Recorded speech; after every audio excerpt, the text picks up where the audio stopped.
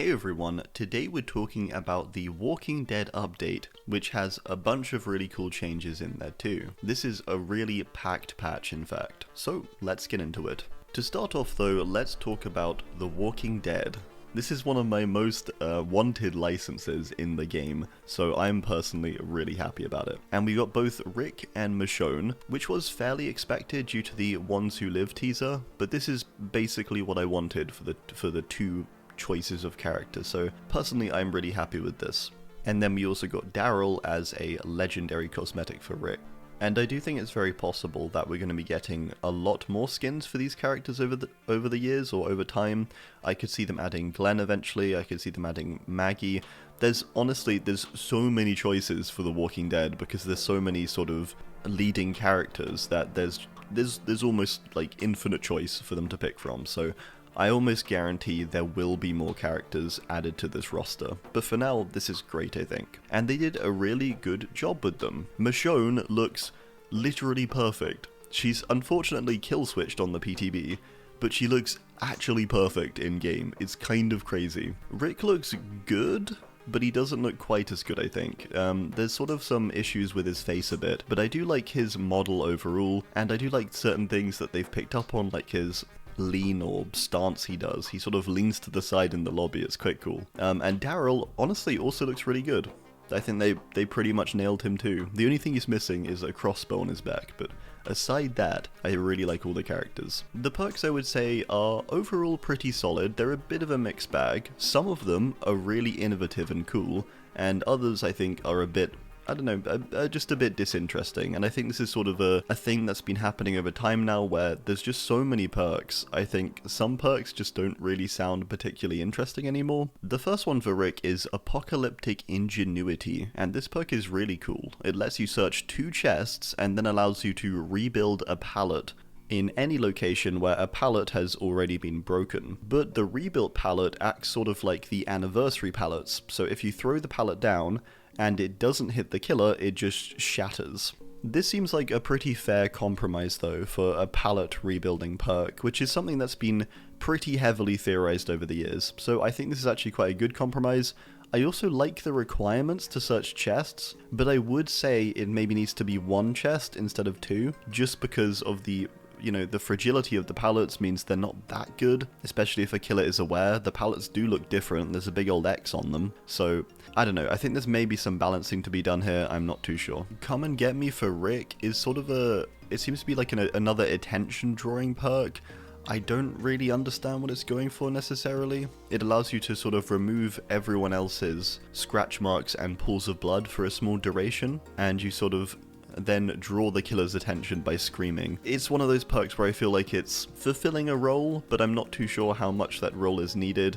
It will be interesting though, maybe this perk does get some use, but at the moment I'm sort of looking at it and I'm going a bit like, okay, it's there. Another thing I was glad to see in this patch is the return of teamwork perks, which I don't think we've had since the Lyra siblings, which was back in Skull Merchant's release, so that was over 2 years ago now, but we finally got the return of teamwork perks, which is really nice to see. With that said, I don't think they're too good, unfortunately, but it was nice to see them return. This perk is one that actually relies on your teammates more so than you. It basically activates whenever you're getting chased, but another survivor stuns or blinds the killer in some way, and when that happens, your grunts of pain and pools of blood get completely removed for 30 seconds. It's like a heavily altruistic perk. I could see this sort of working if you're playing with friends and you can coordinate this.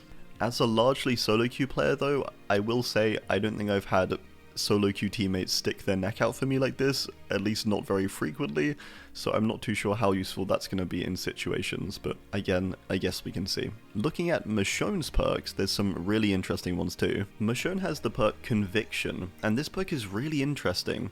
After you've healed a survivor one time, and the next time you get downed, if you have 25% progress, you can get up out of the dying state, you'll become broken, and you get 30 seconds to run around before you go down again. It's like this brief recovery, so you could either move your position, you could get a save. It's like sort of like a clutch perk. I feel like this is really interesting.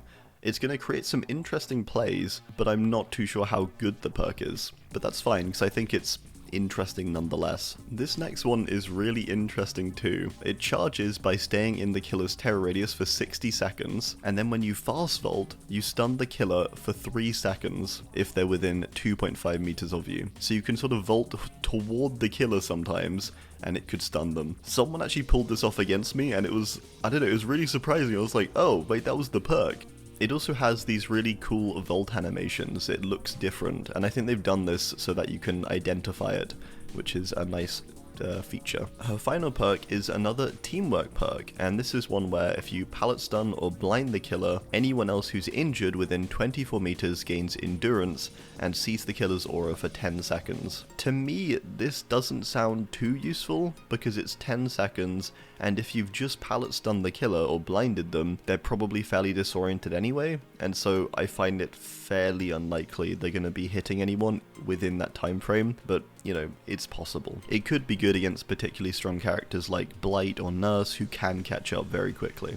The other Walking Dead thing that was added, and something that's a bit surprising, is that there's actually a map. It's another map for the Withered Isle realm, and it's called Fallen Refuge. However, I've heard a few conflicting things about this. Some people are saying it's just a tile that's going to spawn on, I think, Othered Withered Isle maps, if I'm not wrong. Some people are saying you need to play Walking Dead characters to get this tile to spawn, and then others are just saying it's just a whole new map. I'm a bit confused. In the PTB, it just seems to be a whole new map, from what I understand. It's got this cool sort of Walking Dead-esque looking filter on it, which is pretty cool. It's got some slightly altered tiles. There's only one I could find, where there's sort of like a prison fence, and it's been cut out for the tile, which was pretty interesting. And then the core, the main building, which pairs together the prison tower from The Walking Dead prison, and then also the hospital from the very first episode of the show that Rick woke up from. So it's sort of pairing these two things together into this small little loop. It's sort of like a second shack. It's not too dissimilar to, you know, main buildings like AZHYMOVS, for example, or Blood Lodge. It's that kind of thing. It's not something too huge, but it's definitely a nice addition to the map. And it's a pleasant surprise because I didn't think we were getting a map. But again, there's sort of this weird thing in the air where I'm not too sure if this is a map or if it's not a map, so I guess we'll just wait till live and see. Hopefully it's just a map. I think it works fine as a map. It's a little empty, but I think that's fine. It's a nice little addition, and I'm glad it's there. So yeah. The other thing that's not quite here yet as well is the voice lines. In the PTB, I believe we've currently got placeholder, grunts of pain, and stuff like that. In live, apparently, Rick is voiced by Andrew Lincoln. However, Michonne isn't voiced by Danai Gurira, unfortunately. But yeah, those are coming, which is nice to hear. Alright, and that's about that for The Walking Dead. One big thing they did this time around is they've done a lot to Survivor items. Not only have they added a new item named the Fog Vial, they've also updated keys and also maps in quite a significant way. They've pretty much changed completely how they function, so it is sort of a big deal. And I was actually quite pleasantly surprised with this. I think it was no surprise that people thought the new item was going to be like a smoke bomb of some kind, but I did think it was going to be a lot more similar to the ones we've had before, where you sort of drop like this small bubble on the ground. When you activate these, they burst out in this huge cloud that sort of coats the entire area. It's a bit like the natural fog that spawns in the trials, just much more present and sort of around you and enveloping. It's a really interesting addition, I think. The effect of these primarily just seems to be to disorient. It's quite a disorienting thing, actually, when there's that much smoke. It actually does become quite difficult to see your surroundings.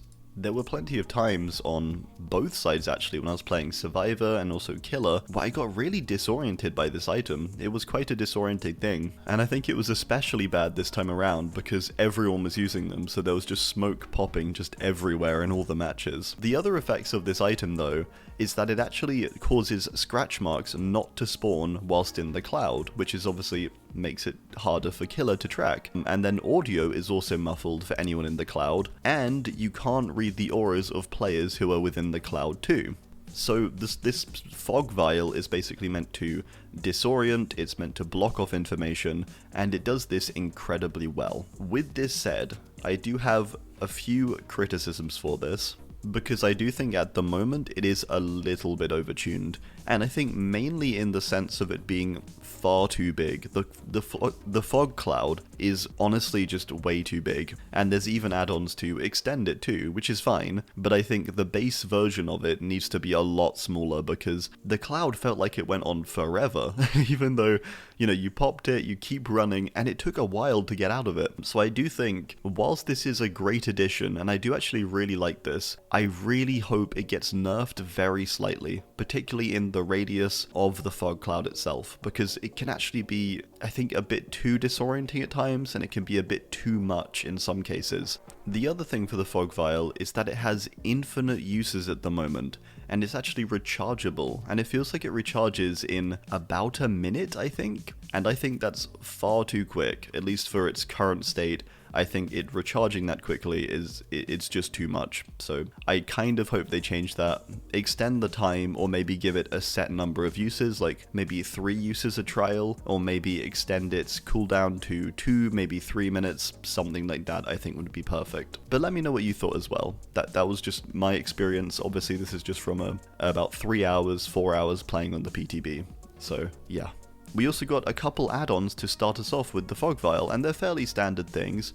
The only standout one I would say is the iridescent one, which does genuinely sound very powerful. Maps also got a big change, and honestly I think this is a really big change for maps. Maps are now a lot more unique in what they do. The highest tier rarity map, which is now the blue map, this one allows you to activate the glass bead effect that was possible before with add-ons. This allows you to basically place down a beam of light in the trials, which is used sort of like a marker. The base features of the map too also seem to just reveal things in the area, like generators, chests, things like that, right? But instead of it being a thing where you hold it down now, you have to fully charge the map, and now it activates for a brief duration. So it's sort of, you get like these different bursts of its usage, and you can see how many uses you have based on the number in the bottom left. The next tier of map down, the green map, will also reveal pallets to you just at a much shorter range, and you get a few less charges. The brown is then the final version of this, and has an even shorter range and even smaller number of charges. There's also a number of new add-ons, and they've seemed to in general hone down the add-ons more. There's way less sort of, there's way less add-ons in general. There's less sort of clutter. It's very refined now. There's only 5 map add-ons, for example. One reveals you all the totems in the map, one extends the map range by 8 meters, one increases the map's charges by 2, another increases the duration of auras, and then the iridescent one is also pretty interesting. This one allows you to see the killer's aura when they're in range of the beam of light, that special marker beam I mentioned earlier. So all pretty interesting, I think. Moving on to keys, and keys' main purpose now is, well, they've actually got a few main purposes. Their base purpose allows them to reveal auras, and doing so will reveal the auras of fellow survivors. So it's sort of meant as a coordination tool, partly. They also unlock chests quickly, and this is really quick, by the way. You literally just shove the key in and the chest opens instantly. It's really nice. And finally, you can of course still unlock the hatch as well. The green key does relatively the same thing, except with slightly reduced numbers. And then finally, the broken key allows you to just do the aura reading part, so you can't use it to open the hatch, and you can't use it to open chests, which is, you know, so it's still pretty bad, but at least it's not, you know, a rare anymore. That's a slight improvement, I suppose. The add-ons are also just 5 in number now. It's got some duration and charge time add-ons. It's actually kept the wedding ring add-on, which lets you see the obsession and lets the obsession see you at all times. Then finally, the new add-on, the iridescent one, the blood amber. This allows you to see the killer, but also the killer to see you. So it's a bit like Object of Obsession, but as a key add-on, and it does this every time you use the key. So you reveal the aura of the killer, they're gonna see you too, and this is for a 6-second duration, and it also reduces the number of times you can use the key. So overall, I think really fair, and this is basically what I wanted for both keys and maps. I've been wanting, you know, changes for them for so long now. It's really felt they've been left in the dust, so to see these changes, I think it's all really positive. These all look amazing to me. Next, let's take a look at the killer updates. One of the biggest ones, in my opinion, was one for Pyramid Head. And the biggest thing in this patch is they updated a bunch of his add-ons. Finally, he got an add-on pass. And lots of them are honestly really great. The iridescence in particular, they've done something really interesting with them.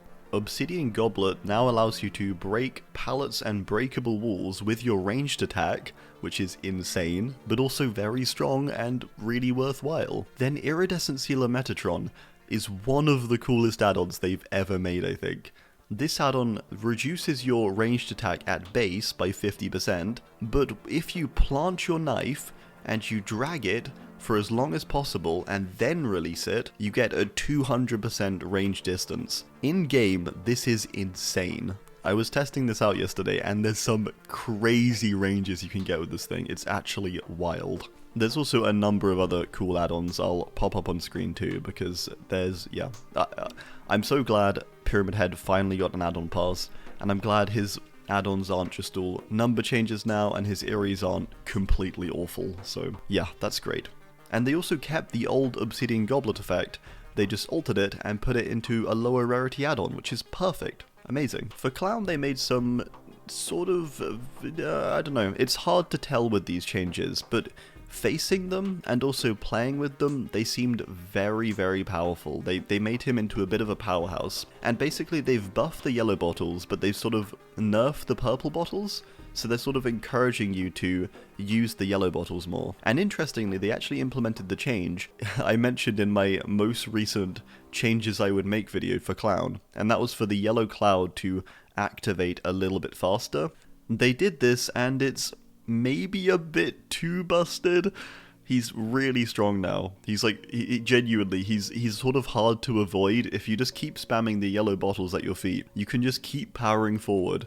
And it's really hard that, you know, if the Clown manages to flip between the two bottles as well, he gets so much momentum. So whilst I do like the change and it does feel great to use, I do think they need to maybe tone down the haste numbers a little bit, because they also increased the haste bonus, I believe, too. So yeah, whilst I do quite like the reduction of the purple bottles effects, I do sort of think they've maybe overtuned the yellow just a little bit, as much as I like the quicker activation. Knight I found a little tough to tell, because I don't play Knight all that much.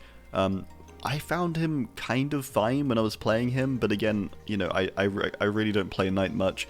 I've been seeing on, like, Twitter, for example, no one's happy about this change. There seems to be some big issues with how the banner spawns now. I think it spawns in much faster, and it makes it very difficult to allow your guards to sort of do their own thing and chase people by themselves, so this update doesn't look so great. I've seen ZM Pixie is not very happy, so, you know, if that's the case, this can't be a good Knight change, so re-roll it. Finally, we had Pig, and these changes seemed really nice, honestly, and the kind of thing you love to hear for her. Increase crouch movement speed, increase speed of crouching and uncrouching, increase the speed at which the terror radius fades when crouching, increased ambush movement speed, and this one, I could tell facing it. Her ambush movement speed is definitely faster now. It's a little trickier to dodge, which is great as well, honestly, because the ambush really needed all the help it could get, so that's amazing. In terms of the perk changes, on the Survivor side, they seem mostly fine. They're pretty much all just very slight number changes, like any means just allows you to lift pallets up, I think 1 second faster. Appraisal now has 4 tokens instead of 3. It's all things like that. They're very, very slight adjustments and buffs. I think they're all fine reading them through. It seems like Potential Energy potentially got a buff.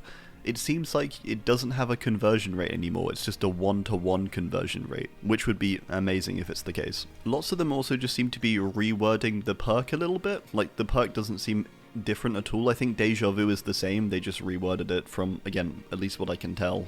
For the killer side, it seems pretty similar, with mostly just small number changes or slight buffs to certain things, like Insidious takes 1 second instead of 2 now, Hubris lasts for 30 seconds instead of 20 seconds, that kind of thing. There are some bigger changes though to perks like Overwhelming Presence, which was pretty terrible before. This perk now allows you to afflict the Exhausted effect onto survivors using items nearby, and also see their aura when they do so, so that's pretty nice. Franklin's also got its ability to remove charges, so now all you do is hit the item out of the survivor's hand and the charges don't go away. I like this. That was annoying before, I think, so I'm glad that's gone.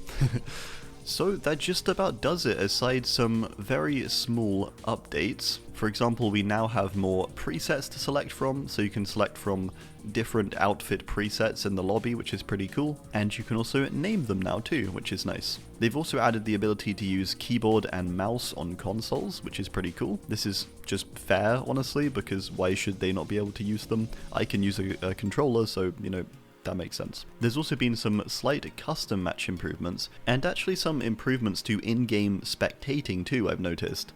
Post-match, when you go back to spectate, you can now press the number keys to pick who you want to spectate.